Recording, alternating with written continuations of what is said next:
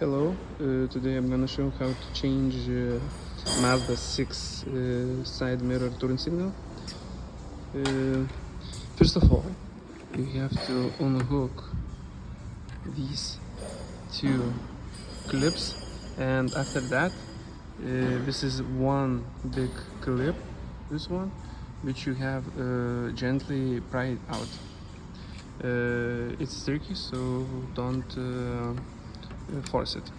After you take out the glass, you have vision on this one plastic cover. Plastic cover has 1, 2, 3, 4, 5 plastic pins, which you can access from here. 1, 2, 3, 4, and there 5. Also, you don't force it. It will take out just gently. After you take out this plastic cover, you have access to the turn signal.